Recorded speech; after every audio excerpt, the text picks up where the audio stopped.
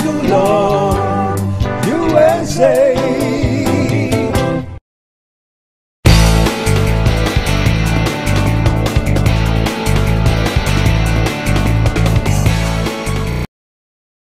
And you're on. Maraming salamat mga ka-Pilipino at mga ka-OFW.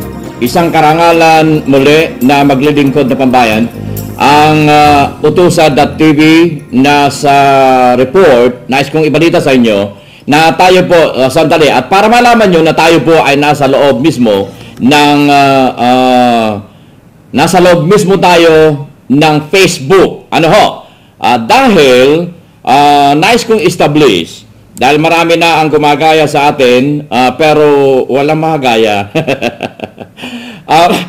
Nasa loob po tayo ng Facebook. Ano? Itinype ko ang www.utusa.tv sa right post sa aking Facebook na ang ating page ay ang Utusa.tv at i-click ko ang post at pagkatapos ay i-click ko ang www.utusa.tv. Mga ka-Pilipino, tayo po ay nasa loob na at nagbo-broadcast sa loob ng Facebook. Ayan. Kaya makikita ninyo live feed na tayo mga ka-Pilipino. At ngayon, nais kong ibalita sa inyo na mula sa Los Angeles, California, United States of America na kung nasaan nakabase ang Utusa.tv ay ililipat ko kayo sa iba't ibang mga lugar. Mga lugar na kinaroroonan ni Silence Sniper, lugar na kinaroroonan ni Jules Ragas, at lugar na kinaroroonan ng kanilang tinulungan na sumulat sa Utusa.tv na si Isnajira. Mga ka-Pilipino, unahin natin puntahan ang kinaroroonan ni Silence Sniper. Silence Sniper, ang inyong Kuya Manny, on the air tayo. Hello. Hello sir, good evening. Magandang gabi diyan sa iyong kinaroroonan at magandang hapon dito sa Los Angeles, California. Mga ka-Pilipino, nasa loob po ako ng Facebook ngayon. Saan ka mismo diyan sa Saudi Arabia, Silence Sniper, para sa ganun may larawan natin sa ating mga tagapakinig na umaabot sa 66 na bansa ang naka-on at nanonood sa atin ngayon? Nandito po ako sa Al-Khobar, Saudi Arabia. Okay. Nice kong i-follow up yung inyong tinutulungan ni Jules Ragas na bago tayo magtungo doon kay ano kaya, unahin ko muna yung yung sumulat sa akin na aking ipina-follow up sa iyo. Ano? Unahin muna ang pag-usapan natin yon. Silence Sniper, kamakalawa, ay tumanggap ng sulat ang Utusa.tv mula kay Isnajira na kailangan tulungan natin siya dahil since 2009 ay nagtatago na sa kanyang employer. At matapos kong tanggapin ang kanyang sulat, ikaw ang aking kinontak na i-follow up mo. Ano ang nangyari dito kay Isnajira, Silence Sniper? Bali nung natanggap ko yung message ninyo, tapos nakita ko yung contact number ni Isnajira, bali tinawagan ko siya, tapos walang sumasagot, tapos nag-message na lang ako, sabi ko kung naka-open na yung cellphone mo, bali i-text mo na lang ako, ako yung si Silence Sniper ng Migrante International. Tapos bigla siya nag-message sa akin, nagtanong siya kung kanina daw galing yung number na number niya. Sabi ko, kay Sir Manny Calpito. Sabi niya, oo, kilala ko siya. Bali nag-message ako sa kanya kung humingi ako ng tulong. So, matapos mong makausap siya through text messages sa telepono, ano ang sumunod na pangyayari? Bale, sabi ko sa kanya, kung may time ka, gusto ko mag-meet tayo kasi gusto ko rin ma-interviewin ka kung paano nangyari, bakit tumangkas ka sa employer. Tapos yun nga, sabi niya, may time, binigay niya sa akin na dito siya busy. Pinuntahan ko yung location kung saan siya nakatira. Okay. So doon kayo nag-meet at nalaman mo ang kanyang problema? Opo. Bali nag-meet kami doon. Tapos, tinawagan ko yung Puloowa para sa arrangement. Ngayon, sabi ng Puloowa, bali mag-a-arrange sila ng time para kukunin si Isnajira. Okay, ngayon ay standby ka lamang dyan, ano? At standby din, Jules Ragas, dahil kayong yung tatlo ay kakausapin ko sa Himpapawid. Mga Kapilipino, ito pong aking ginagawa ngayon ay direktamente nakausap ko ang tatlong katao. Si Silas Sniper, isi-switch ko mamaya lamang kay Isnajira yung kanilang iniligta, yung finalo up, at kay Jules Ragas. So, Silas Sniper, standby ka riyan at kakausapin ko si Isnajira. Isnajira, ito ang inyong Kuya Manny Calpido ng Utusa.tv. Hello? Hello, good evening po, Sir Manny.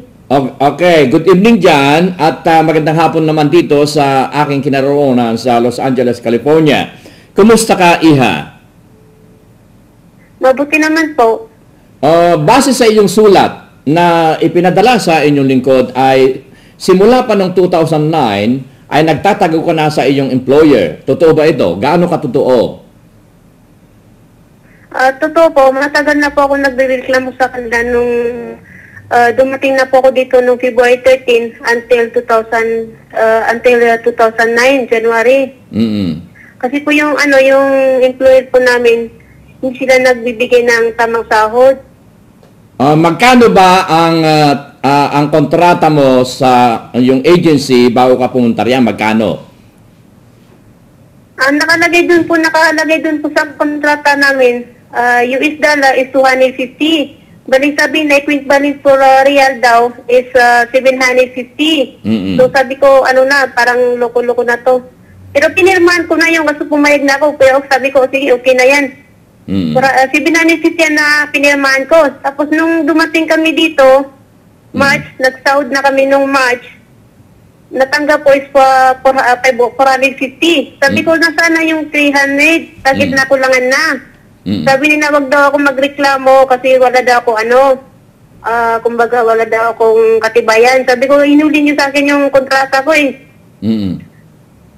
Tapos umabot na ng 10 months, 450 pa rin, ganun pa rin. Still pa rin na hindi pa rin nagbabago. Eh din, nung time na yun, nung January 25, meron akong nakaaway dun sa trabaho na hindi natin maiwasan may Tapos sinabi ko kay Mother, ito si nag-away kami, ganito. Pinakita ko sa kanila. Sabi niya, daw, malagi daw akong, may reklamo. Sabi niya, labas ka. Tapos sabi ko, Mother, pakinggan mo naman ako. Hindi to tungkol sa sahod ko, tungkol naman dito sa problema ko. Sabi niya, basta labas ka. Tapos nagalit siya. Inano niya yung lamisa doon, sabi na ginagsak niya yung kamay niya doon sa lamisa. Tapos pinulot yung paper, muntik na sa akin. Tapos sabi ko sa hindi naman to hindi naman ako nagdadrama. Sabi na, diyan ka lang, sabi ko, tatawag ako ng pulis. Kaya natakot ako nung time na yun. Sabi ko, ay, kukulong na ako. Bakit? Tapos yun, lumabas na ako dun sa Kimpahat kasi nandun kami sa Kimpahat. Nasawat ako nung time na yun sa office niya. Lumabas ako, nagtago. Then, nung time na yun, din tumawag yung kaibigan ko, yung abo ko ngayon. Tapos sabi niya, Ihas, nandito na kami ngayon sa Dain Valley. Saan ka ba? Nasawat ka ba? Sabi ko, nagsinungaling ako sa kanila. Sabi ko, hindi, ako sa bakasyon ako ngayon. Punta ako sa inyo. Sabi niya, sige. Tapos sumaman ako sa kanila. Din, nung oras na yun, pumunta kami dito sa Antubas. Then, sabi nga, alam ba ng model mo na nandito ka sa amin? Baka hanapin ka nila. Sabi ko, pinatapat ko sa kanya, alam mo, tama ka talaga ako. Sabi ko sa kanila. Sabi niya, magpatulong ka, kasi bakit ka tumakas? Sabi niya, magpatulong ka. Tapos tinawagan yung taga-imbahada. Mayroon pong na taga-imbahada. Sabi niya, magpatulong ka dito. Then tinawagan namin yung 2009, January 27.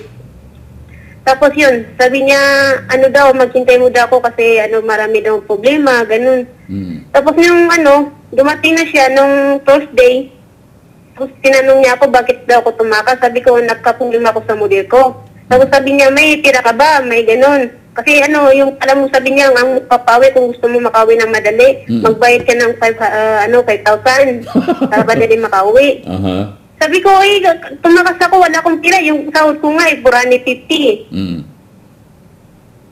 Tapos sabi niya, sige, matatagalan ka.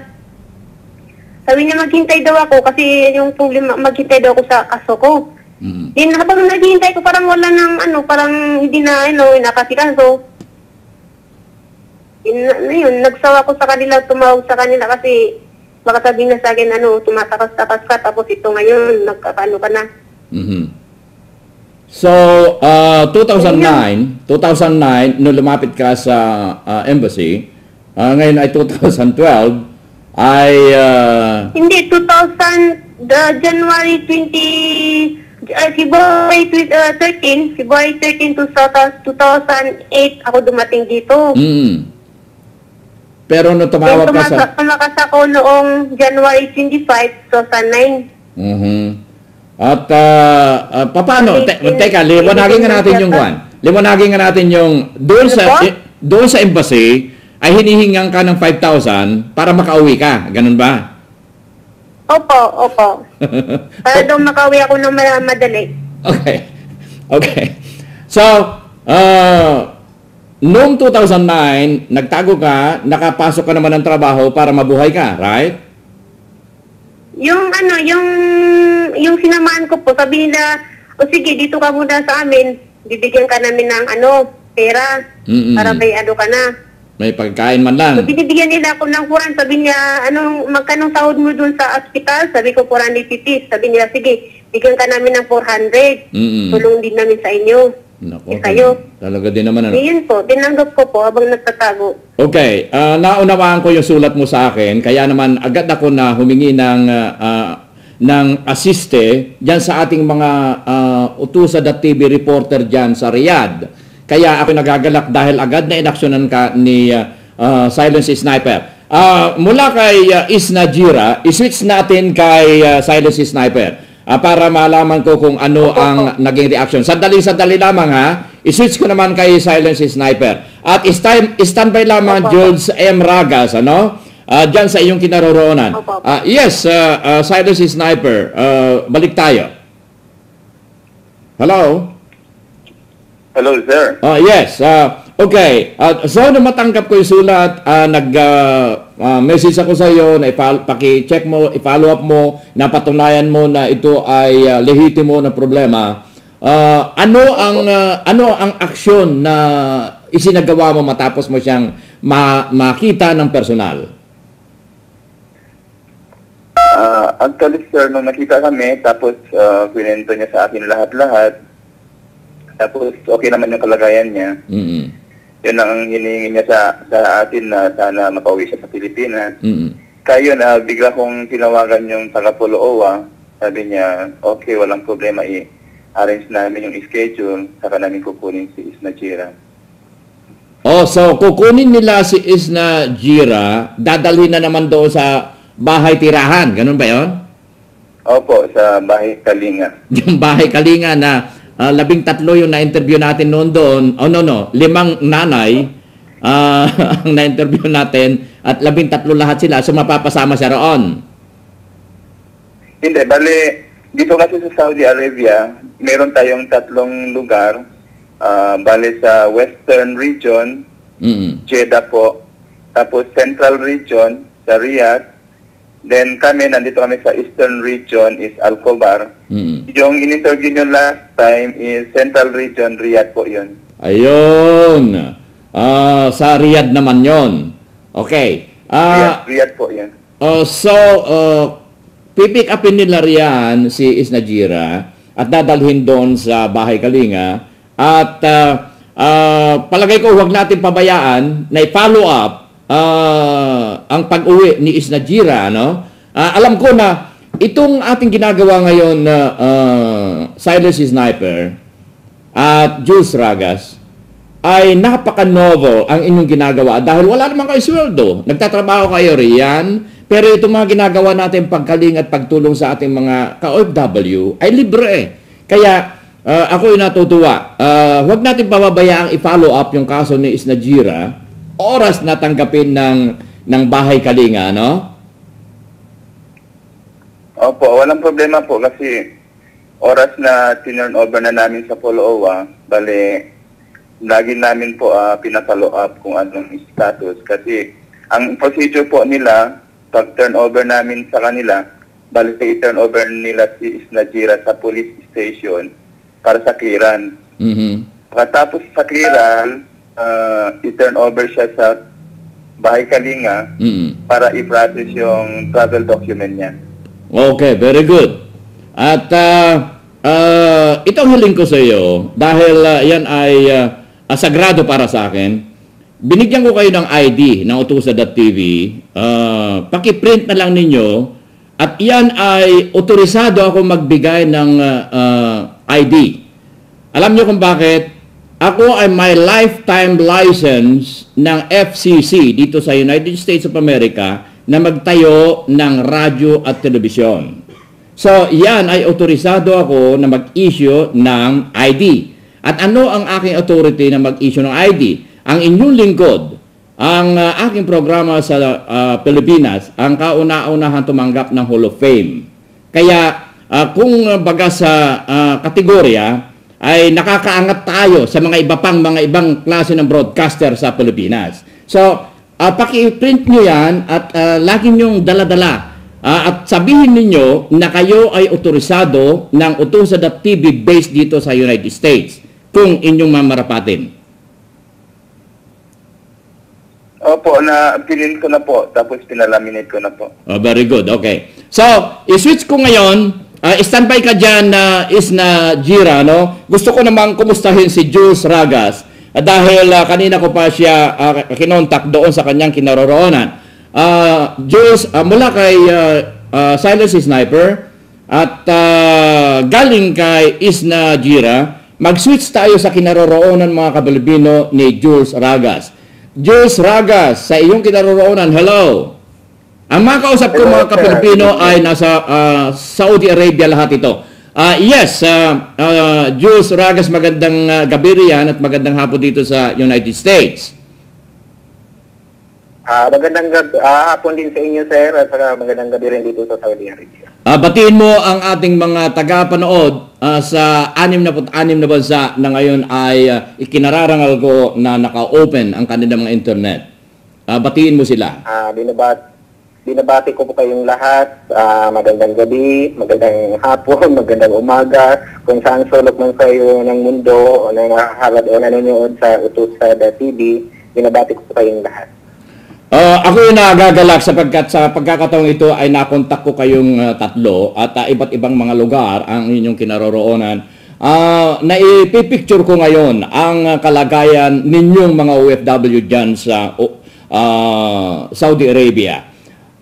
Pwede balitaan mo ako hinggil dito sa yung mga OFWs na scouring garbages para lamang magkaroon sila ng pagkain. Scouring ibig sabihin ay naninimot sa mga basurahan para magkaroon lamang sila ng pagkain. Pwede bang bigyan mo ako ng background hinggil dito? Okay, sir. Una, sir, ipaliwanag ko muna kasi para malaman ng lahat na ang poder po namin ay hindi po sa pag-asikaso ng kaso, kundi assistance lang namin sa mga lahat na district OFW na kumakatok sa amin ng tulong. Yan lang po ang linawin ko kasi minsan may mga nagtatanong sa amin kung may mga juridical personality ba daw kami o may authority ba daw kami galing sa Philippine government na may karapatan ayusin ang kaso ng mga district OFW. Linawin ko lang po, ito po ay immediate tulong po sa mga kumakatok sa amin. So, balikan natin yung mga OFW na namumulot ng pagkain sa basurahan. Actually, sir, tatlo kaming pumunta doon. Kasama si Silas Sniper at saka isang kinatawan sa Migrante International. Ngayon, gusto ko lang sanang paparating sa inyo na 12 silang OFW. Sila ay mga na-downgrade ang salary hindi pinapasahod ng maayos, ang overtime hindi binabayaran ng maayos, yung accommodation, sir, parang hindi makatao, parang kulungan ng mga hayop. Yun, sa madaling salita, walang mainom. Napakaduming accommodation. Tapos, yun ang inireklamo nila sa employer nila. Unang-una yung delayed na sahod, ganun. Tapos, ang talaga is hindi nasunod yung pinirmahang kontrata nila. So, yun ang pinaka-background doon, sir. 12 sila. Ang sabi nung 10 na nadatna namin doon, 2 daw yung nag-run away. Oo. Tapos yung 10, tuloy yung kaso. Inano nila yung kaso, tuloy-tuloy yung kaso. Dahil ang panawagan ko dito, sir. Okay, go ahead. Sir. Go ahead. Oo. Ang panawagan ko dito, sir, siyempre kami naman hindi namin poder na sikatuhin yung kaso nila. Ang lang namin yung tanging magagawa is more on referral. So, nanawagan kami kasi nga, mayroon kasing nabanggit itong mga district OFW na medyo may kapabayaan. Kapabayaan dito sa kinatawan ng gobyerno dito sa Eastern Province. So, sana man lang, ito po ang isa sa panawagan ko, na sana man lang, gawin naman nila yung trabaho para doon sa Kasi wala po silang tanging hinihiling, sir, kundi pauwiin lang. Yun lang po. Kahit wala silang madalang pera, basta pauwiin lang sila. Kasi hirap na sila sa kalagayan, sir. Kitang-kita ko talaga kung anong sitwasyon nila doon sa tinitirhan nila. At nakita ko rin yung mga pictures na ipinost mo. Sa katunayan ay i-insert ko ngayon dito sa screen ng TV para makita ng 66 bansang nanonood ngayon ang sitwasyon ng 10 OFWs na iyan. At nang sa ganun ay malaman nila ang hirap natin ng mga OFWs. Ang iniisip kasi, tignan mo na lamang, we are giving the upliftment of the economy of our country, our beloved Philippines. How many billion of dollars? 15 to 17 billion dollars ang ipinapasok natin mga OFWs. Ang hinihiling natin sa kanila ay asikasuhin man lamang tayo ng ating gobyerno. Mga Kapilipino, wala akong kinikilingan, wala akong kinakatigan. Sa halip, ito pong ginagawa natin na ito ay public service. Paglilingkod na pambayan. Tignan ninyo si George M. Ragas. Dumudukot na sa kanyang bulsa ng ibibigay. Si Silence Sniper baka nag-a-absent na sa kanyang trabaho para lamang may follow-up itong mga problemang ito. Mga Kapilipino, tignan ninyo, ang kinakatok natin ngayon ay hindi ang ating gobyerno, kundi ang mga namamahala sa ating gobyerno. Mga Kapilipino, mga ka-OFW, pakinggan ninyo ang panawagang ito ng ating mga OFW na siyang camouflage ng ating gobyerno ngayon. Sa katotohanan, kaming mga OFWs, ang camouflage po ninyong mga nakaupo sa gobyerno ngayon. Bakit? Sapagkat walang ibang magpapalakas ng ating ekonomiya kung wala na kami mga OFW. Asan pa ang ekonomiya ng ating bansang Pilipinas kung wala kami?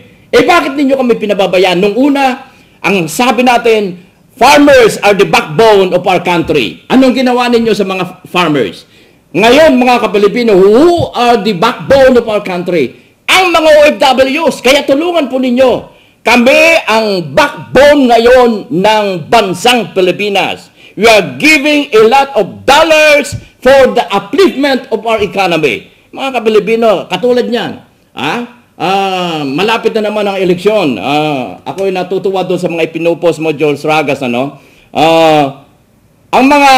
mga kandidato, yan ang mga mapagsamantala. Bakit ko sasabihin mapagsamantala? Sapagkat sikat na announcer, sikat na artista, sikat na anak ng dating presidente, mga Kapilipino, yan ang mga mapagsamantalang mga politiko sapagkat sikat na sila, wala namang nalalaman, kakandidato pa. At kapag nanalo yan mga Kapilipino, ang congressman, asawa, ang governor, ama, ang mayor, anak, sino pa mag-audit sa kanila mga Kapilipino? Kaya ako'y natutuwa sa post mo, Jules Ragas, na mga artista, mga magkakamag-anak, ang mga kandidato ngayon at isipin pang sabihin destiny raw. Destiny. Anong klaseng destiny yan? Anak mo, na wala man nalalaman, walang natapos, papagkandidatuhin mong mayor at sasabihin ng ama na senador, sasabihin niya na, destiny yan ng aking anak. Mahiya-hiya kayo mga Kapilipino. Okay, balik tayo. Jules, nagagalak ako doon sa post mo na mga kandidato. Hindi ako nagko-comment, pero sinamantala ko ang pagkakataong ito para mag-comment ako para mapakinggan ng 66 na bansa na ngayon ay nanunood sa atin ng mga OFWs para malaman nila mga Kapilipino ang intensyon ng ating pagsasamahang mga OFWs. Meron akong ilalabas na proyekto. Ito ang tatawagin kong OFW Industrial Revolution. At sa pagkakataong iyan mga Kapilipino, tayong mga OFW magpapaunlad sa ating bansang Pilipinas. Jules, ipagpaumanhin mo. Gusto ko lang liwanagin itong ating paghihirap na ito para maunawaan ng mga iba pa. Katulad niyan, siraan ng siraan. Mga Kapilipino, paano tayo magkakatulungan yan? Siraan kayo ng siraan. Kung ano-ano mga binibitiwan yung mga salita, mga pangungusap sa Facebook. Makakatulong ba yan mga Kapilipino? Magkaisa tayo ng mga OFWs at tayo lamang pwedeng magpaunlad sa ating bansang Pilipinas. 8 milyon tayo. $1 for 1 OFW, that is $8 million. Makapagtatayo tayo ng 6 na pabrika sa loob ng isang buwan, mga Kapilipino. Kaya tatawagin ko ito ngayong OFW Industrial Revolution. Ipagpaumanin po ninyo. Nais ko lamang liwanagin. Dahil naawa ko dito sa mga leader na ito. Sumasaludo ako sa inyo, Jules Ragas. Sumasaludo ako sa iyo, Silence Sniper. At kumbaga sa thumbs up kayo, yung mga politiko, thumbs down sa Pilipinas. Thumbs down ka ba, Jules? Hindi, ang may dagdag ko lang naman dyan, sir, siyempre naman kami, hindi rin kasi namin poder talaga yung mag-asikaso sa kaso nila. Yeah, that's right. Kaya lang, nananagan kami na sana man lang hindi nasa hantong ng ganyan na ang bagal ng usad ng kaso, tapos yung mga kababayan natin, namumulot na ng pagkain sa basurahan para may makain. Di ba mayroon po tayong batas niya na may magpuprovide ng mga subsistence allowance habang kinakaso yung mga ganyan na kaso? Bakit hindi mabigyan ng recommendation sa ating mga labor attache dito o sa embahada? Ang hirap, sir, eh. Kasi napapansin ko walang-wala na yung doon, yung mga kababayan natin. Paano na yung pamilya nila sa Pilipinas? Yun ang iniisip ko. So, yung 10 yan, balita ko mula sa inyo ay meron na negotiation. Dahil sa inyong... nagkaroon naman, sir, kasi tumawag sila kagabi sa akin, tawag nito, nagkaroon yata ng magandang pag-uusap o magandang reaksyon sa mga naipost namin. Kasi kalat na sa social media, kalat sa Facebook, kalat sa media, o kasaang kahayagan sa Pilipinas, nagkalat na, sir. Mas maganda yung ginawa namin panawagan na gano'n. Hindi sa ibig sabihin na mayroon kaming inaapakan sa kinatawan sa gobyerno dito. Kung hindi, nanawagan lang kami, tinulungan lang namin itong mga district OFW para mapalakas yung boses nila at mapansin man lang sila sa kinaukulan. Itong nangyari, sir, tumawag sila sa akin kagabi, dapat nga interviewin natin ngayon, kaya lang siyempre, para rin naman sa security reasons sa kanila kasi ongoing kaso, nakikiusap po sila na medyo may magandang pag-uusap naman daw. Tumawag daw sa kanila yung agency sa Pilipinas na nangako sa kanila, nakauwiin daw sila by 5. So, ibig sabihin, 10 sila, 2 busy sila pauwiin sa 5. Very good. Ano lang, sir, hindi rin natin masabi yon kasi parang verbal lang yung usapan nila kasi itinawag lang sa kanila. Kaya yun ang sabi ko sa kanila, sige, pagdasal lang natin, natutuparin naman yung mga pangako nila. Kasi hintayin natin hanggang katapusan, na-update natin kung talagang totoo gagawin nila yon. Kasi mahirap, sir, hindi po pwedeng gano'n na lang na kasi inusap, kinakausap silang sa through phone na gano'n daw, pauwiin sila 5 and 5. Pero ang pagkakalam ko, mayroon pa silang hearing sa primary court this coming December 18.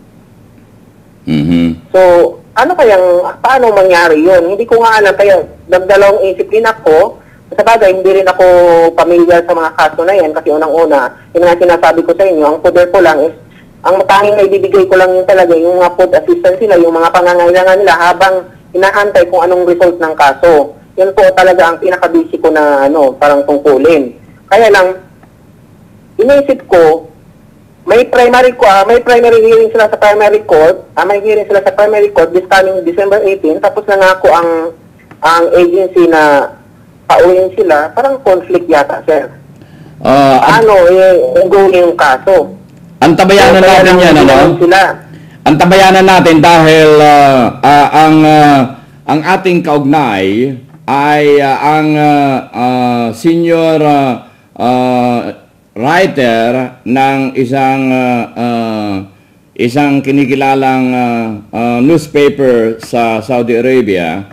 Baka makatulong din na maibigay natin ang kaukulang aksyon si Dr. Abdul Hanan Tago sapagkat may direkta akong communication sa kanya at siya ay open na makipagtulungan sa atin. At kung sakali man ay ipa-follow up ang mga ganyang uri ng kaso. At nais kong ibalita rin sa iyo na explain ko na kay Silence Sniper ang tungkol sa ibinigay kong ID. Para sa akin, sagrado yan, At pwede nyo niyang gamitin sa tuwing na may follow-up kayo. At kung sino man ang mag-question sa inyo, ay sabihin ninyo na kayo ay otorisado ng Utusa.tv, himpilan ng internet television station dito sa Amerika. Ako ay mayroong lifetime license na magtayo ng TV station at radio station dito sa Amerika. Kaya mayroon akong authority na mag-issue sa inyo ng ID. Kaya para sa akin, sagrado yan. At kung may mag-question, sabihin yung kayo ay otorisado na Utusa.tv. Kaya pakiprint po na lamang yan at gamitin mo na kung may mga follow-up kayo, sabihin niyo na kayo ay kumukuha ng public service. So, yan ang aking paliwanag tungkol sa inisyo kong ID sa inyo. Baka iniisip ninyo na yan ay dekorasyon lamang, yan ay sagrado para sa akin. Ako ay authorized na mag-issue ng ID dahil ako ay may lifetime license na magtayo ng TV and mag-operate ng radio and TV station dito sa Amerika. Kaya I am authorized. At the same time, hindi naman siguro kahiya-hiyang pangalang Manny Calpito sapagkat ako ang kauna-unahang umabot ng Hall of Fame ang programa ko sa Pilipinas. Hall of Fame, mga Kapilipino. So, yan ang nais kong liwanagin din sa ID na ini-issue ko, mga Kapilipino. Hindi yan flower. Hindi yan dekorasyon. Mga Kapilipino, yan ay sagrado para sa akin. Kaya mayroon akong permit diyan at mayroong numero. ID number ang mga ID na yan. Mga Kapilipino, pwede ninyong question dito sa Amerika ang hinggil sa lehitimong Utusa.tv na under ng aking foundation, Operation Tulong USA Foundation Incorporated na nakabase at lisensyado, mayroong 501c3 dito sa Amerika, mga Kapilipino. Okay. So, okay na ang sitwasyon ng mga 10 dapat na ma-interview ko na medyo inantala natin dahil okay naman ang kanilang balita sa iyo.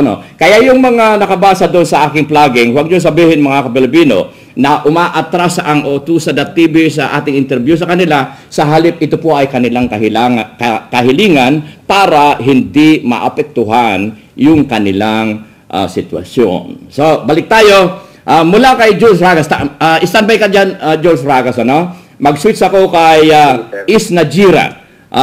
Mula kay Jules Ragas, i-switch ko kay Isnajira ang tinulungan ng ating mga ka-OFW na si Sina, Silence Sniper at Jules Ragas. Mga Kapilipino, Isnajira, narinig ka pa ba? Hello? Hello po, Sir Manny. Okay, so okay na ang sitwasyon mo. Ikaw ay panatag na ang iyong kalooban at ang iyong pagtatago ay okay na, di ba? Opo, okay na po yung pagtatago po. Okay na, so very good. At pasalamatan natin si Silence Sniper sa kanyang mabilis na aksyon sa iyong kahilingan. Hindi galing sa akin ang kahilingan sapagkat i-forward ko sa kanya ang iyong sulat. Kaya ako'y nagagalak dahil malakas ang iyong loob na nag-forward sa akin ng sulat para man din ay sabihin ang buong katotohanan na iyong problema na siya namang naintindihan ni Silence Sniper. Kaya maraming salamat kung ano man ang pinakahuling balita tungkol sa iyong sitwasyon ay open ang ating himpilan para man din ay isahin papawid kung ano ang latest development. Ano? Opo, opo. Okay, pasalamatan mo on the air ang mga tumulong sa iyo. Pinapasalamatan ko po si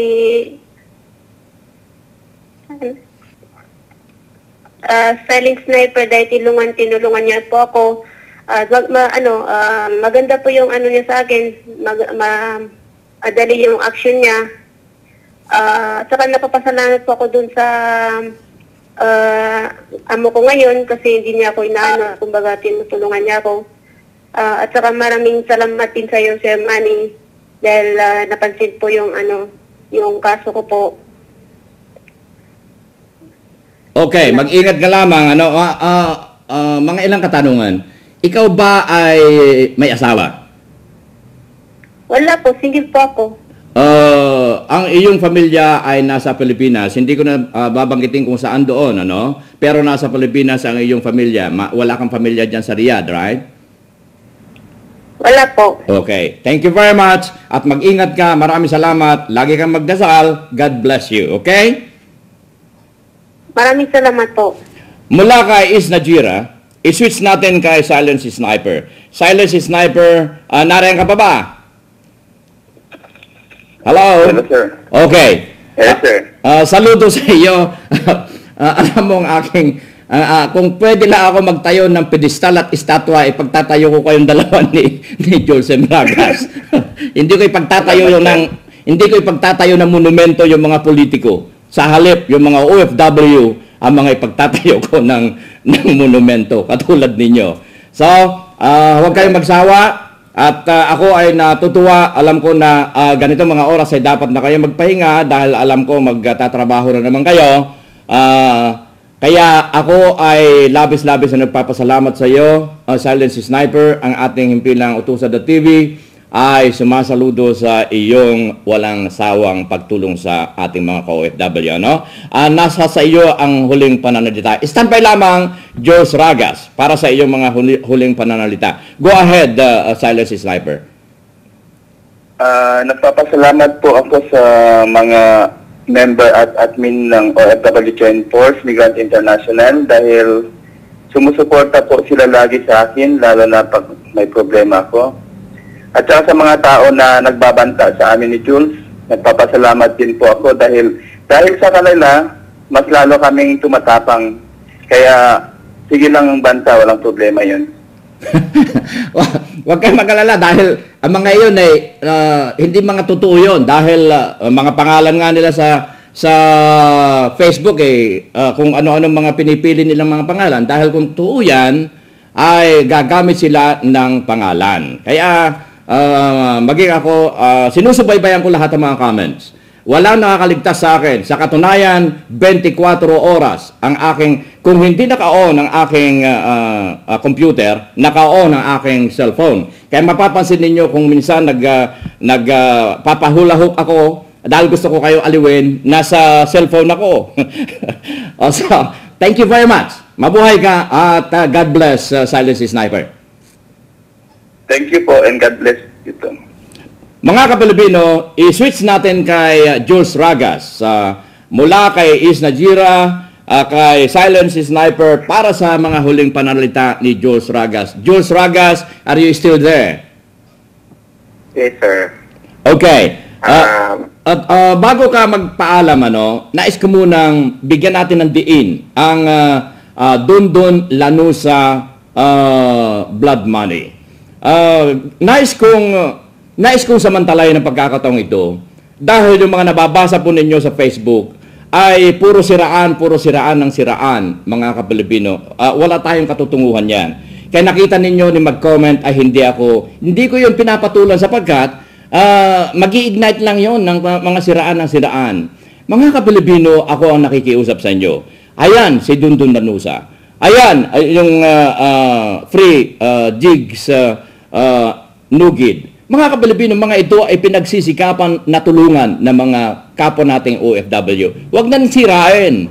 Huwag na kayo manira. Huwag na kayong magsalita ng kung ano-ano. Sa halip ay magtulungan tayo, magkaisa tayo, magbigkis tayo sapagkat iisa tayo. How would I know na OFW, yung mga naninira, mga nagbibitiw ng mga masasamang salita? How would I know na kayo ay totoo? Mga ka-Pilipino, kaming mga OFW, dapat ninyong ipagmalaki sapagkat kami ay nagdadala ng bilyong dollar sa ekonomiya ng ating bansang Pilipinas at huwag nyo na kaming sirain. Sapagkat we are the backbone of our beloved country, the Philippines, at present. Katulad ng aking sinabi kay Dr. Tago, we are the backbone of the nation at present. And let us make this present the future history. Yan ang aking sinabi kay Dr. Tago. Inuulit ko. Kaya kaya Jules Ragas, yung advocacy mo kay Dundun Lanusa, ako ay sumasaludo at 100% sumusuporta ang Utusan.tv. Maraming salamat din po, sir. In addition, sir, gusto ko lang po sana sa lahat ng mga sumusuporta kay Dundun Lanusa, kung may mga bumabatikos man sa mga panawagan namin kay Dundun blood money, mahinahon lang po tayo, wag lang tayong magpapadala sa emosyon. Kung sa bagay minsan, di maiwasan, sir, kasi parang below the belt na yung batikos kay Dundun Lanusa. Siyempre, bilang supporter ni Dundun Lanusa, parang siyempre, nasasakta din kami. So, sana maunawaan din nila. Hindi yung magko-comment doon. Sa madaling salita, sir, kung wala man lang maitulong, wag na lang mag-comment ng ikakasama. Minsan, parang pagpistahan pa yung trade doon sa panawagan namin na marami pang lumalabas na si Dundun daw nakalabas na, si Dundun daw kisyo mga ganyan. Puro mga sir, puro gawa-gawang kwento lang na hindi makatulong. Yun lang po sana. Sana po, mag-operasyon lang. Hindi lang po tayo magsiraan. Kasi isa lang po ang hangarin namin, mapalabas si Dundun. Bigyan natin siya ng pagkakataon. Okay. Thank you very much. Mabuhay ka, Jules M. Ragas. At ipagpatuloy ang ating inyong mga ginagawa at nasa likod ninyo ang Utusan.tv. Sa inyong lahat, mabuhay. Maraming salamat, Jules. Maraming salamat, Silent Sniper. At mabuhay ka, Isnajira. Mga ka-Pilipino, ang inyong lingkod, Kuya Manny Calpido po, nag-iiwan ng pagkain kaisipan. Ang utang na loob ay hindi dapat nabayaran, sa halip ito ay pasa. Sa inyong lahat, ang inyong kaagapay sa hirap at ginhawa. Maraming salamat. Mabuhay. Operation Tulong USA.